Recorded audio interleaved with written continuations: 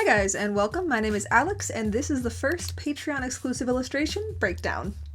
So starting off, hi, I'm Alex. I am an illustrator and artist. I do digital and traditional fantasy fine art illustration in mixed media, watercolor, and Procreate. This illustration was voted on in concept by my patrons, thank you, and I've been working on it for about 6 months now. So the whole piece took about 27 hours, if I'm remembering correctly. I can put that up on screen or in the description box right now. But yeah, so for those of you who are not part of my Patreon page, I'm going to give you a little bit of behind the scenes on the lore, the process, and all that. But if you want the full scoop, it's all over on the Patreon. So this concept is a fictional vampire band, which my friend Artemis and I came up with last year, so fall of 2023.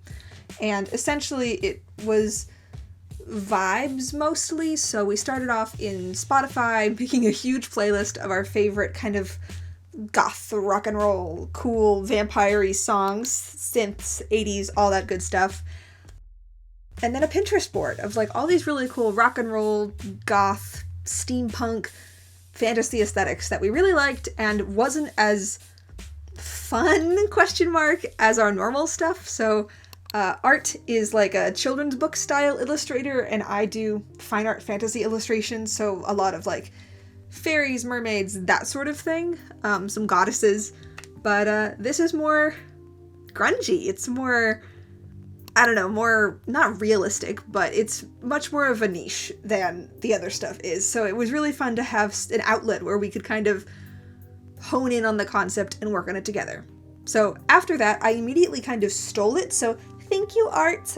We're still besties, so it's all cool, but I've been working on it, so we've gotten 2 exclusive Patreon illustrations so far, a bunch of character designs, and now this big piece. So basically my rules for the Patreon illustrations, and these are, you know, quote-unquote rules, are it has to be something cool, obviously. That's rule number 1. But rule number 2 is more like it has to be something more than. It has to be like a portfolio level piece, if that is easier to quantify, but like has to be complicated, has to have perspective, a dynamic composition, like it has to have something to it more so than maybe an illustration that I would make just for fun for me. So these are like my top tier quality, which is why it took me 27 hours. But for this piece specifically, I wanted to have dynamic composition that I could include all of the band members in. I wanted to have depth to it, so like the cashier, which is actually based on my friend Artemis, because I didn't know who to put as the cashier, all the way back to like the back of like the convenience store. So we have some serious depth, we have all the costume designs, and we have the perspective. Now, for the costume designs for all the bandmates, the idea for this illustration is they're on their way to a rock and roll show. They're gonna play, it's a gig, and they're already all in their little outfits. And they're stopping and just, you know, making this poor gas station, convenience store attendant's life hell for, 20 minutes. But, yeah, that's the vibe. So they're all already gussied up, hair's done, makeup's dead. But, I don't know, they're here, and I wanted that juxtaposition of setting versus character. I mean, in all honesty, it's just concept art, right? It's for something that's not necessarily going to be a comic, but I got to design the characters with Art. We got to kind of hone in on what the rules of this concept are and make the parameters for the world that it's set in, and it's really cool getting to play with it. So for inspiration for the piece, we gathered a lot of references on Pinterest. We both gathered some separately, and then they're all on a joint Pinterest board. If you've never made a Pinterest board with someone else, especially for character inspiration, it's a lot of fun, highly recommend. And we have all sorts of stuff on there from like 80s, vintage, cosplay, specific fabrics and lighting scenarios, specific settings. It's all just inspiration. So whether I'm using the color from a piece of like an outfit or outfit inspiration, or the color is coming from like a couch that I just think, oh, that is so perfect for V's jacket. Oh, and I didn't tell you anybody's names. So the cashier, once again, is based on my friend Artemis, whose art I actually will link in the description box down below. And then moving from left to right, up next in the background is Cody. He's in the denim vest, which you can now kind of see the color of behind like the plastic paneling. V is the one who is checking out at the register. Then Ritz is in the little dress holding the shoe. The shoe belongs to Lark, who's on top of the shelves. And then Sylph is the one who's on the far right in the outfit that doesn't look like she belongs in a rock and roll band. Now, on Patreon, there is a full breakdown, once again, of this illustration, sounding like a broken record, but if you want the ins, the outs, all of that good stuff, it is there, a little bit more of the plot, the lore, if you will.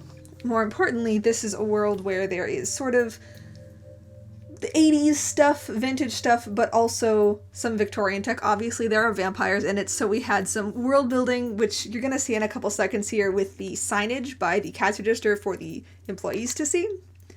And I also got to invent my new favorite fake soda brand, which is Squoot. I don't actually drink soda in real life, and I love logo design in real life. Sometimes I play graphic designer, and so getting to do like a vintage soda label was a lot of fun. I'm not sure if any of you would like know of or remember like New Coke and the whole scandal about New Coke. I love having like little references in my illustrations like this, so I took the time to both reference and copy like an off-brand version of the New Coke can. Don't ask me why, I thought it was funny. It's the same reason that I looked up specific models of cash register to use as a reference. Also, have you ever looked up reference for fluorescent lights? I never have. Now I can say that I've done that, I guess. The other thing that I wanted to work on specifically for this piece was the lighting design, and so part of the complicated brief is that I did this with the lighting, and each side of the lighting has its own panel of light that's on its own layer that I'm then masking out the characters from of what the light would hit. The lights are shaped in that sort of conical manner because of the inverse square law, which I first read about in James Gurney's book, Color and Light. He has 2 books, Color and Light and Imaginative Realism, that I really recommend. Those are the 2 of his that I have read and enjoy, even if you do art more like this, or even more stylized. I think they're really great resources for an introduction to color and lighting if you want to do stuff that's maybe a little bit more complicated, asking a little bit more of your layers and your digital drawing program or your physical tools. It's always nice to catch up on, and I love recommending those as references. Now we are getting to nearly the end of the illustration process, so I hope you enjoyed seeing 27 hours of my life sped up really fast. It was a lot of fun to make, and if you want to vote on the next exclusive illustration, feel free to check out my Patreon, which is linked in the description box down below. And thanks for sticking around to the end and for watching. If you want to subscribe for more, feel free. All the socials are going to be linked down below with all the links that I mentioned, and here's the final reveal. Bye!